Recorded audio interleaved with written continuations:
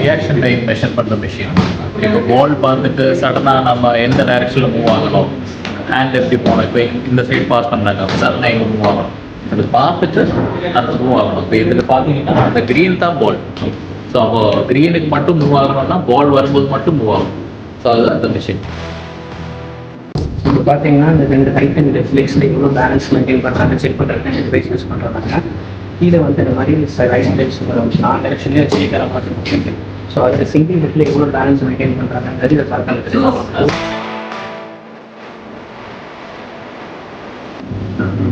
Steady basketball டீம்லேருந்து வந்திருக்கோம்.